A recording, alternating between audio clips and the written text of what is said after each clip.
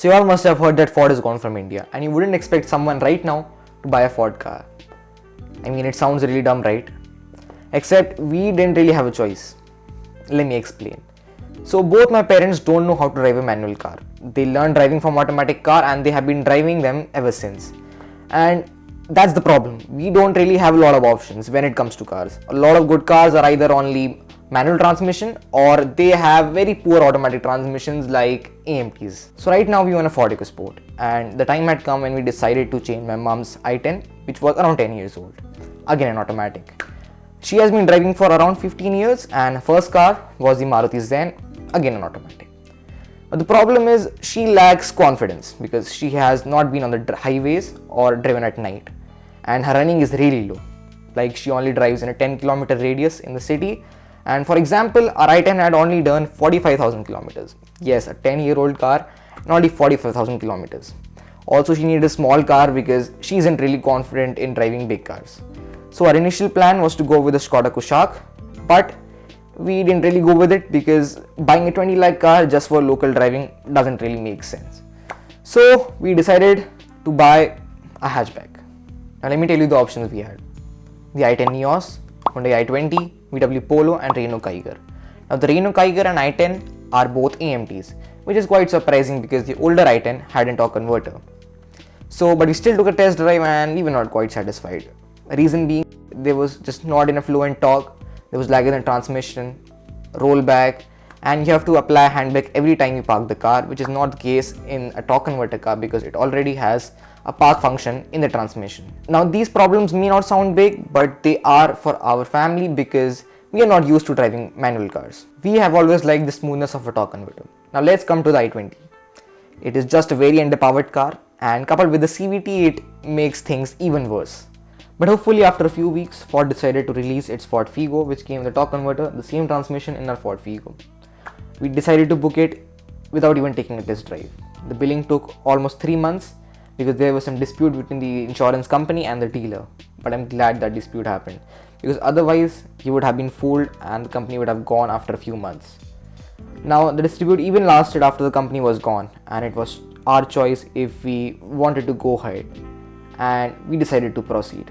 The reason was simple. The car is pretty good, it's solidly put together, has adequate features, and yes, the most powerful engine in its segment, and of course torque converter. The VW Polo also has similar specs, but the variant which we were looking for almost costed 12 lakhs on road and lacked certain features which my mom really wanted. And plus the Ford Figo also has 6 airbags, so yeah, good on safety too. So yeah, we bought a Ford Figo and we are quite satisfied with it.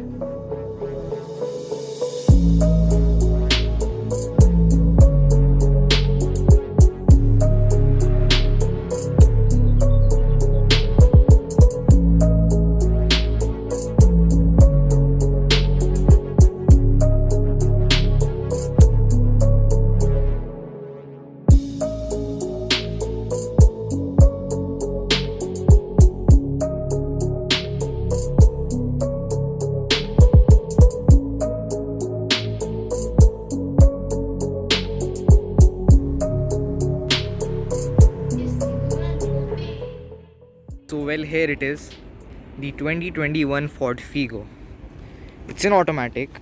It comes with a 1.2 liter 3-cylinder and it produces around 98 horsepower.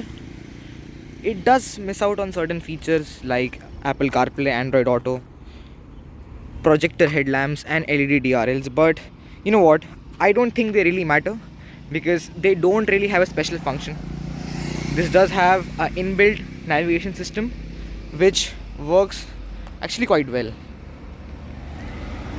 Here are the alloy wheels, and these are 195/55 R15s, and these are actually pretty wide for this segment. Is the top model, the Titanium Plus. You know, I really like this car. It looks good than the previous generation. Especially, you know, I'm not a big fan of chrome, but these small bits, they do really look good. Yeah, especially this chrome outline, and yeah, this Aston Martin style grille which Ford stole from Aston Martin. and now they have put it on almost every car. The lights, they are also normal halogen, no LED DRLs over here. And let me show you the boot, which is decent size, not bad. This car really does cover up, all the basic features, basic amenities, and yes, it does have 6 airbags, which is also first in segment. And now let's head into the interior.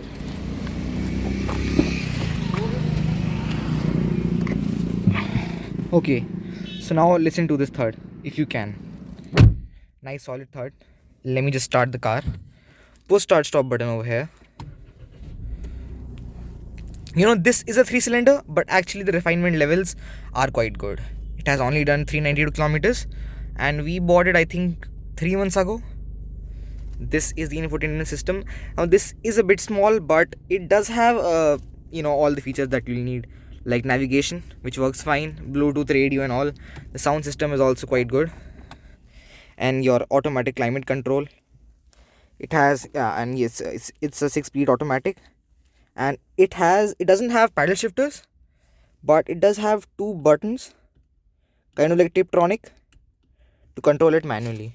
The interior quality is decent. It justifies the price. It does not have any soft materials. Everything is hard plastic, and I don't think you should even expect soft materials in car in this price segment. It does have soft material, which is over the armrest. That's it.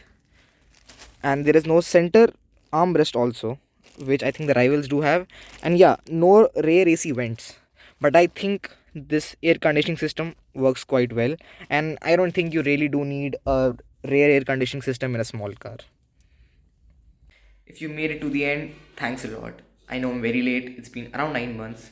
In fact, this video is being recorded while I'm editing the video. So I hope you like the video, and thanks for watching.